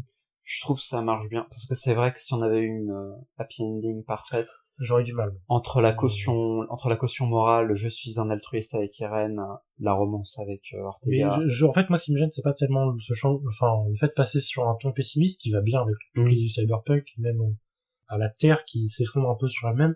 Mais c'est en contradiction totale avec le fait qu'il gagne, en fait. Je trouve ça marche bien. Le côté, il est bourré d'adrénaline, il arrive à accomplir tous ses objectifs. Et à toute fin, ils se sentent vides, ils se rendent compte que toutes les personnes avec qui il a croisé, il a fait des liens, il peut plus les revoir. Moi, j'avais pas pensé à cette interprétation. Mais moi, je trouve ça marche bien. J'aime bien ce petit épilogue, ça marche très bien. Bon, on a fait à peu près le tour, je pense. Sur le livre, oui. Personnage, je pense. On peut parler du style, éventuellement? T'as noté quelque chose? Je sais plus si on en a déjà parlé, mais pour moi, simple, efficace. J'aime bien ces styles où on va pas dans du verbe très fleuri, un peu pédant, et c'est direct, c'est simple, avec quelques éclats d'expression entre guillemets originale, et très visuelle. Notamment quand il parle des femmes, ça paraît un peu déplacé, mais il y a beaucoup de métaphores avec du vocabulaire technique, notamment dans le prologue, c'est marquant parce qu'il le fait 2 fois en 5 lignes. Il va comparer le corps de Sarah, son amante, à des sinusoïdales, il va parler de son regard de cristaux liquides. Ça c'est un peu marquant. Ouais, il y a ce côté, on décrit les personnages, les traits des personnages de manière assez poétique. La scène avec Trèfle, je trouve, effectivement, il y a aussi cette poésie, c'est vrai, mais c'est parce qu'ils sont il y a un exercice de style un peu là-dessus. Mais sinon, c'est vrai que sur la plupart du livre, c'est ce que j'appelle moi un peu un style automatique. C'est-à-dire que, alors ça l'est pas, hein, mais il n'y a pas d'éclat, il n'y a pas de particularité dans la narration. C'est pas une grande plume. C'est le genre de style qui est plus là pour communiquer l'histoire que pour se rendre joli. Mais ça pourrait être un peu bateau, mais il y a quelques... C'est efficace, ça se lit bien. Il y a quelques éclats, quelques figures de style. Il n'y a pas beaucoup de jeux autour de la langue, pas tellement de jeux autour de la narration non plus. Pas une grande plume, mais c'est pas non plus un truc trop plat. Mais cela dit, c'est bien fait, dans le sens où, moi je trouve le personnage de Kovacs, sa narration est parfaite, quoi. C'est vrai, c'est une narration interne et ça correspond très bien. D'un point de vue littéraire, il n'y a pas grand chose à en retenir. Voilà, c'est pas du Céline Flaubert, moi, voilà, mais... Non, clairement pas. Il y a pas de poésie. Ça a son mérite.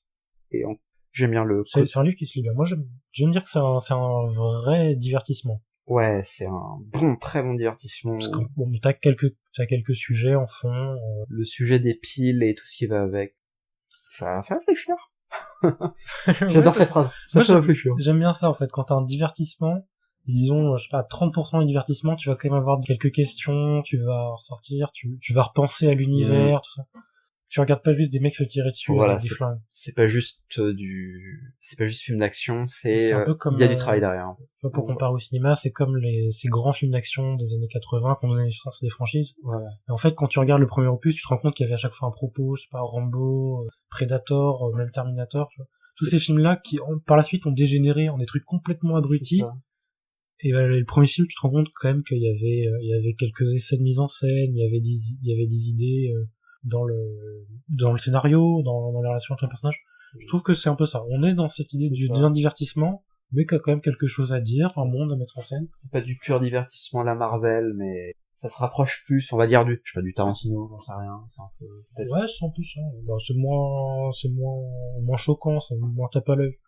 Ouais, moins bien écrit au niveau de dialogue aussi, parce que il est très bon ce petit Tarantino. Ouais. Mais, il y a ce côté, humour noir, action violente, un peu théâtrale, dialogue qui fuse, qui marche bien. C'est vraiment assez visuel aussi. Ouais. Ça marche pas trop mal. Les descriptions sont assez vivantes. En fait, après, aussi, ça tient du fait que ce soit du cyberpunk, hein. Oui. C'est un truc qu'on en a bouffé. Donc, on s'imagine très bien. À l'exception, voilà, je le disais, quand il va chez les Elliot, je trouve qu'on a un peu de fraîcheur, quoi, esthétique. On a un paysage qu'on voit quasiment jamais dans ce genre-là, ouais. On a l'océan, quoi. Le bord de mer, pendant 2 chapitres. On a la plage bretonne. C'est ça. Avec un gros paquebot échoué, parfait. La plage bretonne. C'est ça. Bon, on peut parler éventuellement un peu de Richard Morgan avant de finir? Ouais, j'ai plus de plage bretonne au final, c'est bien. Je te laisse en brancher sur. Vite fait pour le bouquin. Moi, mon bouquin, toi, tu l'as lu en anglais? Alors, tu me l'as humblement passé. Ouais, je l'ai lu en français et je l'ai relu en anglais. La traduction est bien faite, je trouve. La traduction marche bien. Moi, j'ai l'édition de Brajlon. De toute façon, c'est Brajlon qui publie. Brajlon, grosse maison d'édition, vous devez connaître, hein. C'est la base. Ouais, je pense qu'ils doivent avoir la moitié des grandes franchises. Ils font quasiment que de la traduction. La traduction, donc c'est traduit par Ange. Alors Ange, c'est un couple de traducteurs. Ils ont pas traduit beaucoup de livres. C'est le seul livre un peu majeur qu'ils ont traduit pour Brajlon. Ils ont fait 3 ou 4 autres livres, notamment, est-ce que je les ai traduits? 2 livres de Michael Marshall, et un livre de William Goldman. Effectivement, Princess Bride et Vaccinator, c'est le nom que j'ai noté. Donc ça sonne pas très bien, je pense que c'est des mauvais bouquins. Bah franchement, pour des personnes qui ont pas un gros bagage, je trouve qu'ils ont bien fait ça. Donc Ange, c'est pour Anne et Gérard Guéraud. Ange. Et sinon, pour Brajlon, ils ont sorti leur propre bouquin, je crois que c'est que en e-book, qui s'appelle une série en 3 tomes qui s'appelle Ayesha. Ça m'a pas donné du tout envie quand j'ai regardé, mais c'est sur des histoires c'est de la fantasy, ça a l'air assez héroïque. Ça parle beaucoup de racisme, je crois. Et de discrimination. Si j'ai bien compris, c'est différentes peuplades qui ont des couleurs différentes. Il y a des bleus, des verts, qui n'ont pas accès au même type de magie. Ça fait assez longtemps, donc je pourrais pas être précis. Moi, ça m'a pas marqué parce que ça m'a semblé assez cringe, mais je pense que ça venait du fait que c'était qu'en e-book aussi. Moi, je me méfie beaucoup de ces choses-là. Oui, généralement, en e-book. Et par contre, ils ont aussi écrit le scénario d'une longue série de BD qui s'appelle La Geste des Chevaliers Dragons. Je crois qu'il y a 32 tomes. J'ai jamais lu ça. Ça me dit rien, mais voilà, donc quand même, ils ont bossé un peu, quoi. Ça me fait penser à un mélange entre la geste du 6ème royaume et les chevaliers d'émeraude, etc. Ouais, j'y pense un peu. Je pense qu'il y a de ça. Notamment les chevaliers d'émeraude. 32 tomes. Les titres en fantasy, va falloir refaire l'originalité, les gars. Ouais, donc Ange, quand même. Vous avez peut-être déjà entendu parler d'eux, si vous lisez de la BD. Mais franchement, vraiment, pour des personnes qui n'ont pas un gros bagage, la traduction est très belle. Hein, c'est pas du Jean Solar, hein. C'est pas le sale traducteur de Game of Thrones, là. Quel enculé. Je sais que tu l'aimes pas. Je le déteste. Ouais, moi, j'aime bien la traduction de Game of Thrones. Je pourrais faire tout un épisode sur à quel point je déteste cette traduction, mais je vais pas déblatérer, là. Bon. Richard Morgan, pour finir. Richard Morgan, alors, toi, t'as fait pas mal de recherches sur lui, notamment sur ses galères pour se réhabiliter. Ou apparemment, Alors, né en 1965 à Londres. Donc, Altered Carbon, c'est son premier roman. Si vous voulez vous renseigner sur lui, c'est très facile, parce qu'il se trouve que suite à un certain contrat passé avec Netflix, il a été invité dans beaucoup d'émissions, et c'est quelqu'un qui est assez enclin à partager son expérience. Il a son propre blog, si vous voulez. Voilà, il a son propre blog, ça c'est pratique. richardmorgan.com, voilà. C'est en anglais, évidemment. Donc Altered Carbon, premier bouquin, et il explique justement dans la dernière émission que j'ai vue, la plus récente, qu'il a eu beaucoup de mal à se faire éditer, que pendant très longtemps il a écrit mais de manière peu sérieuse, et pendant des années il a écrit des manuscrits de manière un peu automatique, qu'il a envoyé des maisons d'édition pareil de manière automatique. À chaque fois il était refusé, et en fait comme il avait pas de disons, de portfolio, quoi, que Mm. on voyait juste un manuscrit, qu'il avait pas de carrière derrière lui, il pouvait pas se défendre face à une maison d'édition Ouais. qui lui disait on aime bien votre style, mais ce que vous proposez là, ça nous intéresse pas. Mais il Qu'est-ce avait que rien vous d'autre à avez proposer. Ouais. C'est ça. Qu'est-ce que vous avez d'autre Il avait pas réfléchi au milieu de l'édition, donc il envoyait pas au Ouais. bon timing, il envoyait pas aux bonnes maisons. Donc voilà, il y avait beaucoup de mal à se faire éditer. Je sais pas si ça marche aussi comme ça en France, le côté t'envoies un manuscrit, on dit on aime bien ça, mais c'est pas ce qu'on cherche en ce moment. Je Est-ce sais que vous pas avez du le tout. truc? Je sais pas si ça marche comme ça, Je sais pas du tout. ou si c'est un truc typiquement anglo-saxon. Je sais pas. Altered Carbon, c'est édité en 2002, qui explique aussi que c'était une époque où la science-fiction, ça plaisait pas du tout. Oui, Donc, ouais. C'était très difficile de se faire éditer. T'as une démocratisation depuis 15-20 ans, mais Ouais, avec l'arrivée des séries, notamment, voilà. qui rendent ça un peu cool. Mm. Mais je pense que les bouquins, c'est toujours compliqué. C'est toujours un truc un peu de niche, ouais, toujours pas très respecté. Même si il commence à avoir de plus en plus de... Après, surtout en France, je trouve bien. Ouais, en France particulièrement. On a un gros manque d'auteurs. Par contre, en Angleterre et États-Unis, les grands auteurs, entre guillemets, de fantasy et de science-fiction sont plutôt bien respectés et t'as une bonne niche de lecteurs et d'écrivains qui marche bien, et c'est un secteur qui se porte bien à l'étranger. En tout cas, voilà, si vous voulez vous renseigner sur le milieu de l'édition, Richard Morgan, il est très disposé à donner des conseils. Alors, j'ai noté quelque chose sur son rapport à l'écriture. Il dit notamment qu'il écrit pas en pensant à son lecteur, il écrit pour lui. Je sais pas si tu l'as ressenti, ça. Moi, pas tellement. Je sors, honnêtement, je pense que tous les... Oui, je pense que tout le monde dit un peu ça, mais lui, il avait l'air d'insister là-dessus. Il insistait aussi sur le fait qu'il soit assez mal à l'aise avec l'idée du public. Ça, je pense, ça se sent après dans les livres qu'il a pu écrire par la suite. Il sait pas trop comment répondre aux attentes qu'on a de lui. Ouais. C'est notamment pour ça qu'actuellement, il est bloqué sur le livre qui est censé sortir. Après, sans vouloir lui cracher dessus, parce que... Alors, pour un premier bouquin, c'est assez incroyable, je trouve. Hein. Je pense que ça vient aussi du fait qu'il y a eu beaucoup de tentatives avant. Ouais. Et tu vois, ce qui a été accepté, il y avait beaucoup de sélections, genre, c'était un peu son chef-d'œuvre. Voilà, ce qui a fini par passer, c'était le truc, le mieux travaillé, etc. Mais c'est vrai que peu de ce que j'ai lu d'autre de lui, ça a l'air d'être son pic. Il a l'air d'avoir eu son je pense que c'est ça. En fait, maintenant qu'il a eu son très gros succès, Altered Carbon, les maisons d'édition ne regardent pas vraiment ce qu'il envoie. Enfin, disons que c'est beaucoup moins sélectif et il peut un peu écrire de manière plus automatique. Alors que là, Altered Carbon, c'était son grand coup de chance, son miracle. Sur toutes ses tentatives, hein, parce qu'on peut dire, il a quand même... Oui. Si j'ai bien compris, il a quand même passé beaucoup de temps à écrire pour rien. Ouais. Il a une passion pour le super soldat cynique en milieu hostile, oui, c'est quasiment le thème qui fait des enquêtes. C'est quasiment le personnage. Tout Takashi Kovacs 2.0, 3.0, j'ai l'impression. Il est passionné par le cyberpunk, c'est son genre de prédilection. C'est le genre le plus vrai, en fait. Le plus proche des temps modernes, parce que c'est logique. Hein. C'est le genre le plus contemporain. Je suis assez d'accord avec lui là-dessus. Je suis pas fan de SF de base, et le cyberpunk, c'est un peu le truc qui m'a fait dedans. Je trouve que c'est, entre guillemets, des histoires plus centrées sur les personnages, un peu plus réalistes, un peu plus où on centre pas sur créer un système solaire, des sociétés en space opéra. C'est un peu moins centré sur des idées d'innovation, et un peu c'est plus assez fluide dans la construction. Et ça se centre un peu plus sur des histoires des personnages que sur des concepts. C'est pas du tout de la hard SF. Voilà, c'est l'inverse. C'est très naturel, du fait que ce soit un genre qui soit ancré en fait dans l'imagerie populaire. C'est un genre qui est très pessimiste par contre, parce que je pense notamment Richard Morgan, lui, quand tu l'écoutes beaucoup parler de comment il perçoit la société actuelle, il semble assez pessimiste. Hein. Oui, et même on le voit dans une petite citation de Kell, là, Falconer Kell. Il a un côté un peu rebelle rentre dedans, qui est un peu désabusé, ça c'est drôle. T'as l'impression qu'il a fait un espèce de pseudo-manuscrit politique avec Kell, qui a lu son bouquin.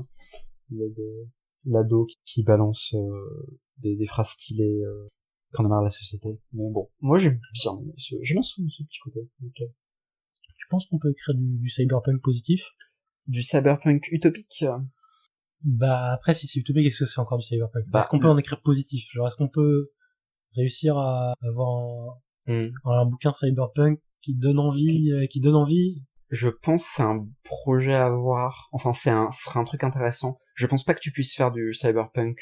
Utopique, ça me semble ambitieux. Tu Je pense peux que pas- tu t'éloignes trop. Tu peux pas faire du cyberpunk noir et blanc avec une happy ending. Mais est-ce qu'au sein de cette dystopie, Ouais. tu peux réussir à donner une direction heureuse? Je pense je pense que ça pourrait être très intéressant à faire. J'ai pas vu beaucoup de trucs qui font ça. Je pense pas que ça existe. Mais, Aussi, parce que la plupart des gens qui font cyberpunk, c'est Chine a copié Blade Runner. oui, mais malheureusement, il n'y a pas eu beaucoup d'innovation depuis les années 80 dans le domaine. Mais c'est un jeu entre guillemets ça a tendance à se centrer sur la critique du capitalisme. Mais je pourrais imaginer une œuvre cyberpunk qui semble plutôt sur l'éloge de la liberté individuelle. Moi, je pense que pour sauver, entre guillemets, le cyberpunk, faudrait passer par des relations beaucoup plus, enfin, des points de vue beaucoup plus intimes. Sur comment les gens interagissent vraiment entre particuliers, quoi, dans cette société. Ou comment trouver un peu le bonheur personnel. Oui, t'as souvent un thème qui revient aussi dans ce genre-là, c'est tu peux pas changer le monde, tu peux pas sauver le monde, et c'est mieux de vivre dans ton coin et de faire ton propre bonheur que de faire la révolution, parce que sinon ça fait mal. Je me souviens une nouvelle cyberpunk où on suit un personnage de révolutionnaire qui finit par vendre entre guillemets ses camarades pour retrouver sa fille, et c'est un peu à contre-pied des valeurs de loyauté, en tout cas. Voilà, des clichés révolutionnaires cyberpunk où on a un peu l'inverse. Quelqu'un qui abandonne le tout et qui vit heureux avec qui trahit ses valeurs et qui vit heureux après. Je pense que les romances, notamment dans le monde cyberpunk, ça peut exister. Oui.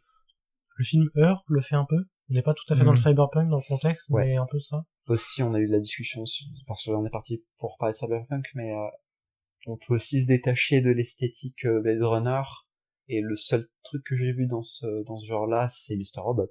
Je crois oui, c'est vrai, on en a parlé déjà.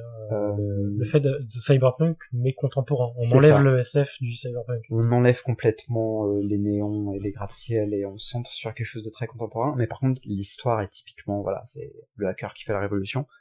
Avec tous les thèmes. C'est vrai que c'est un parallèle qui est criant, en fait. Ouais. Une fois que tu l'as réalisé, Mr. Robot, c'est vraiment une histoire cyberpunk sur l'aliénation des marginaux par les grandes sociétés. C'est ça, c'est du cyberpunk / Fight Club.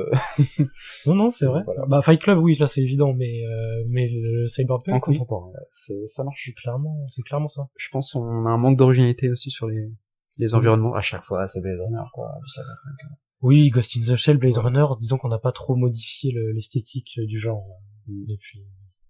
Je reviens sur Richard Morgan. Si tu veux. Vite fait pour faire sa bibliographie. Il a énormément fait dans le cyberpunk. Il a écrit un autre livre, Market Forces, en 2007 ou 2008, qui est son autre livre primé, son autre livre très reconnu. Qu'il aime moins, je crois, que Altered Carbon, mais voilà, c'est son autre livre un peu connu. Ouais, puis sinon t'as Blackman aussi. Il a sa série Blackman, qui est sa série en cours, avec Blackman, Fin Air, qui ça ressemble beaucoup à Altered Carbon. Oui, il est en train d'écrire le 3e et dernier tome qui s'appelle God Machine, mais ça fait 6 ans qu'il est dessus et lui-même il sait pas trop où il en est. Ouais. Petite écartade dans sa biographie, il y a la série Terre de héros, qui est une série de dark fantasy qui a l'air d'être très portée sur la sexualité, puisqu'on a quand même un personnage principal homosexuel, et je crois que dans le cast de personnages secondaires, on a un deuxième personnage homosexuel. Donc j'imagine que ça parle beaucoup de ces thématiques-là, mais dans un univers de fantasy très noir, qui est à Paris. C'est en vrai, il y a pas mal de points communs à faire entre justement le côté cyberpunk, c'est un peu le penchant SF de la dark fantasy, je trouve. Là où la hard SF, je trouve ça fait un peu le penchant Tolkien. Oui, c'est vrai, un peu. Je vois ce que tu veux dire. Voilà, Terre de héros, ça, je trouve que c'est intéressant. Ça m'intéresse personnellement. Pour le coup, celui-là, j'ai peut-être le lire. Enfin, si je tombe dessus, ça m'intrigue un peu. Si de parler d'homosexualité dans le fantasy, c'est peu fait. C'est pas l'auteur. En fait, c'est très peu fait en tant que thème. Oui. Maintenant, de plus en plus, on a des personnages homosexuels dans la fantasy. Mais ça paraît, mais en fait, c'est incorporé de manière naturelle et c'est pas un sujet de réflexion. Je sais pas si c'est le cas ici, mais ça m'intéresse. J'avoue, Richard Morgan, à première vue, me paraît pas l'auteur, j'aurais pas pensé qu'il aurait fait ce genre de sketch. Je sais pas si c'est réussi, pour le coup. Mais ça m'intéresse de dire, tu vois. Sinon, il a travaillé aussi pour plusieurs romans graphiques, notamment Black Widow chez Marvel, Il explique qu'il a eu le choix entre Black Widow et Ghost Rider.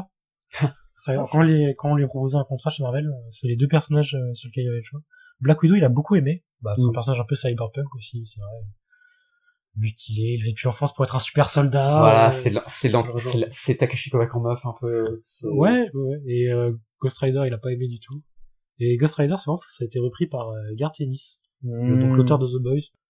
Les grands fans de Ghost Rider doivent connaître ses essais sur Ghost Rider. Ouais, de l'époque. Moi, j'ai lu un peu ce qu'a fait Garth Ennis sur Ghost Rider et c'est pas mal. C'est intéressant. On retrouve le personnage avec un pénis extensible. Famoso. C'est de l'époque où les BD commençaient à parodier un peu les super-héros avec Watchmen et tout, non? Ouais, mais là Watchmen, c'est beaucoup plus vieux. C'est beaucoup plus vieux, Watchmen. Je suis très nul dans l'histoire. Mais Ghost Rider, ouais, c'est pas mal. Mais c'est assez sérieux en fait. Et sinon, il a pas mal scénarisé dans le jeu vidéo. Il a fait Syndicate, que je connais pas du tout, en 2012. Et il a fait le scénario de Crysis 2. Ça, par contre, je connais vaguement, je l'ai jamais joué, mais à l'époque, c'était très connu. Moi non plus, malgré mon haut niveau de nerd, jamais entendu parler. Mais voilà, donc Crysis 2, qui a eu un bon succès, je pense, à l'époque. Voilà. Disons qu'en fait, depuis qu'il est vraiment reconnu pour Altered Carbon, c'est un peu un consultant cyberpunk, quoi. Si je puis dire, il travaille sur pas mal de choses. C'est un gros nom, quoi, dans le milieu. Disons que quand tu veux faire valider ton univers de SF, tu peux l'appeler. Tu lui donnes un chèque et lui, il va corriger. Voilà, ça c'est pour sa carrière. Actuellement, il travaille à la fois sur Gun Machine, la fin de sa série Blackman, et sur une autre série qui commence à teaser doucement sur son site et dans ses différentes interviews. Je sais pas ce que ça vaut, honnêtement, mais... Normalement, ça devrait être un peu moins cyberpunk. Peut-être enfin quelque chose de nouveau. Je dis enfin, mais... Je sais pas. Mais en tout cas, profil intéressant, même s'il a tendance à se répéter dans sa bibliographie. J'ai l'impression que, en fait, on peut lire Altered Carbon et avoir lu tout Richard Morgan. C'est un peu ça. Même si ça Dark Fantasy, ça... Ouais, Terre de héros, ça donne envie. Voilà. C'est un peu mal traduit, je pense. Je testerai les deux, comme toujours, mais un possible épisode dessus, hein. Un jour peut-être, hein. Un jour peut-être. On peut éventuellement parler vite fait des adaptations par Netflix. Ah, la série, ouais. Alors, la série... Tu l'as regardé, la série? Non, mais j'ai la source sûre. C'est faux, j'ai pas de source sûre. J'ai une connaissance qui l'a regardé et qui, je crois, elle avait lu le bouquin aussi. Et la série est très différente. Oui, ça oui. J'ai pas vu la série non plus, mais oui, en effet, c'est très différent. Alors, apparemment, niveau esthétique, visuel, c'est bien foutu. Oui, c'est ce qui a causé d'ailleurs l'arrêt de la série, c'est qu'elle était trop coûteuse. Mais l'histoire est un peu sabotée, entre guillemets. Kel, par exemple, donc Falconer Kel, c'est Kel, c'est Quel Christ. Je l'appelle Kel, je crois, dans assez vite. C'est pas comment ça, c'est bref. Ce personnage-là, donc, qui est juste un personnage historique dans le bouquin, qui a écrit une œuvre un peu philosophique politique et qui est cité souvent, et ben dans la série, ça devient un personnage tout court. Tout un côté où c'est la leader de la révolution, et on perd le côté intéressant, je trouve, du bouquin aussi. Alors, autre fait marquant, Takeshi Kovacs a une sœur dans la série. Oui, aussi. Je me demande si c'est pas repris de la suite d'Altered Carbon. Il faut savoir qu'Altered Carbon a une suite. Il y a un tome 2 et même un tome 3, qui sont Ange déchu et Fury quelque chose. Je crois, ouais, d'ailleurs, je crois. Dans l'autre sens, c'est peut-être Fury d'abord et ensuite Ange déchu. De ce que j'avais vu sur son blog, c'est beaucoup moins enquête et un peu plus action. Ça a l'air beaucoup plus bourrin. Moi, j'ai lu un peu le synopsis du tome 2. Le tome 2, ça se déroule 30 ans après Altered Carbon, et c'est sur Mars. Et il va être pris dans une sorte de début de guerre entre différentes factions sur Mars. En fait, j'ai l'impression qu'ils ont un peu mélangé les tomes, notamment lorsqu'on avance vers la saison 2. Et ouais, ils ont ajouté un personnage d'une sœur à Kovacs pour le livre lié à la révolution. Ouais, c'est assez typique ça dans la mauvaise dans la fameuse mauvaise adaptation. Dans les mauvaises adaptations, ouais, d'ajouter du lien familial à l'enquête. C'est George Martin qui avait fait un commentaire sur ça où on faisait souvent des adaptations de bouquins, mais les scénaristes de la série avaient tendance à modifier en disant que la série et le livre c'est pas la même chose. Et après ça, pour le coup, c'est plutôt vrai. C'est vrai. Faut mettre en scène. Il faut mettre en scène et faire des modifications, mais très souvent sur les adaptations de romans, les modifications partent trop loin, et bizarrement, tu te retrouves avec une histoire qui tient beaucoup moins la route. Assez souvent. Moi, je constate que assez souvent, ils ont tendance à ajouter du lien personnel au personnage principal, dans les récits d'enquête, notamment. Je crois qu'il y a le même problème sur la série actuelle Le problème à trois corps. T'as dû entendre parler? Oui. C'est la grosse série SF du moment, qui est adaptée dans le livre aussi. Je crois qu'il y a le même souci, c'est qu'ils ont mis les personnages d'enquêteurs, en fait, au centre de l'intrigue. Ouais. Alors que, à la base, ils sont juste enquêteurs. Après, oui, c'est aussi le souci parce que, voilà, l'exposition se fait de manière bien différente. Mais c'est intéressant, justement, quand il résout une enquête, mais quand le personnage résout une enquête, mais qu'il n'est pas lui-même concerné. Oui. Il reste enquêteur. C'est ça. Oui, après, il y a forcément une différence entre le support visuel et le support écrit, ça communique pas du tout de la même façon. Mais, modifier l'histoire à ce point, je trouve, en tout cas, de ce que Il y a eu des réussites aussi, hein. Oui, il y a eu quelque part. C'est notre début, peut-être, je ne sais pas. Aussi. Blade Runner. Blade Runner. Après, là, on prend que des vieux exemples, mais même ça. récemment, on C'est va pouvoir trouver des choses. Blade Runner, c'est intéressant, je trouve, parce que tu gagnes sur certains points. Ça se recentre sur des thèmes, voilà, qu'est-ce qu'un humain? Et réécrire, ça permet beaucoup, Ouais. ça permet de beaucoup, limiter le spectre. Ouais. Notamment sur des livres univers. Où tu peux en tirer une histoire beaucoup plus dense. C'est le cas sur Blade Runner, là, c'est un livre qui est assez large.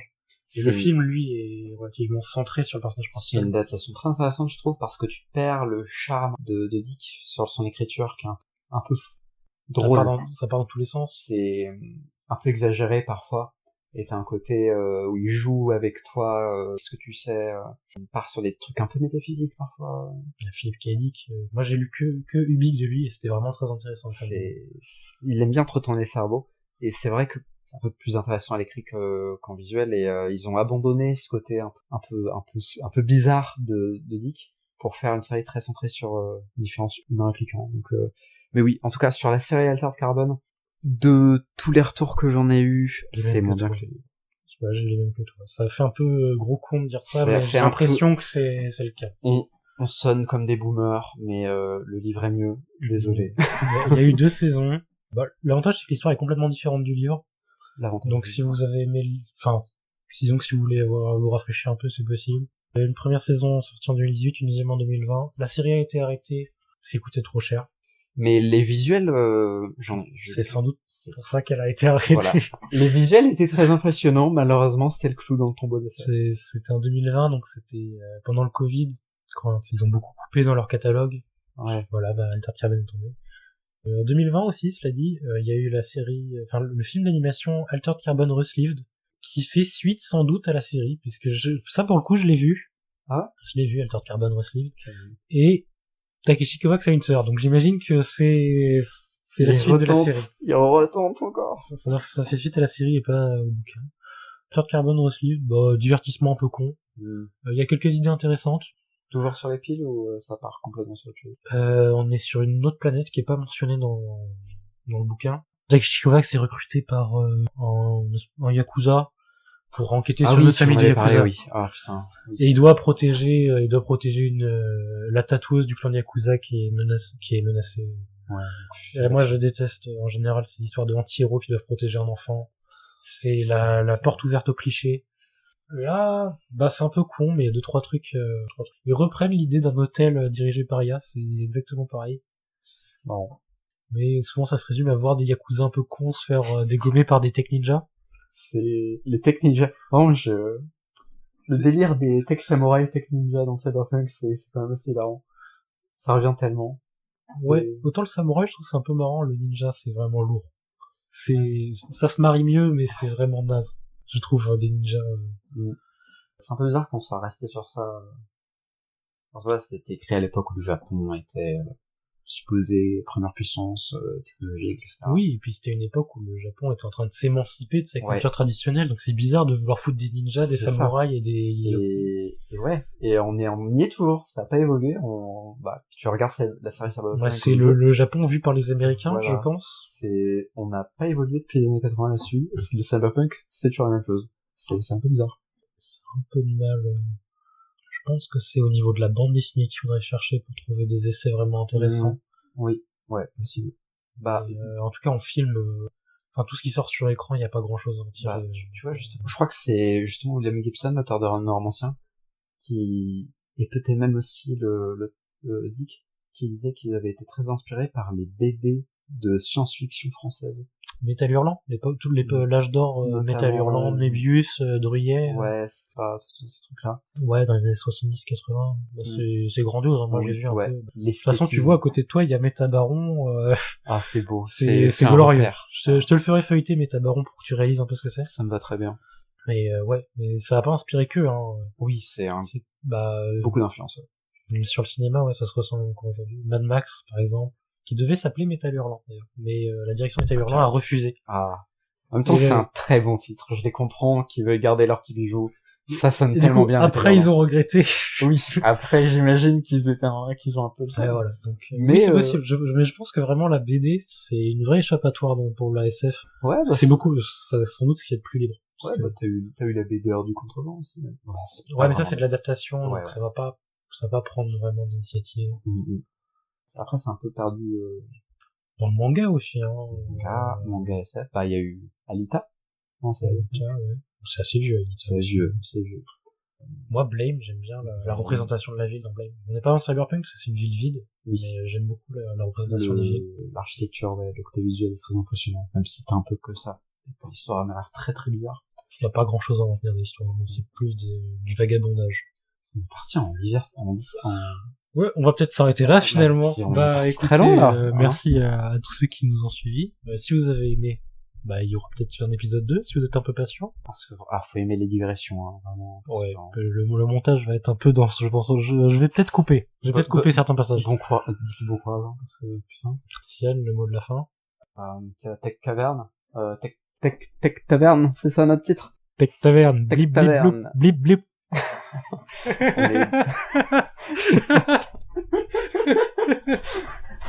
Au revoir.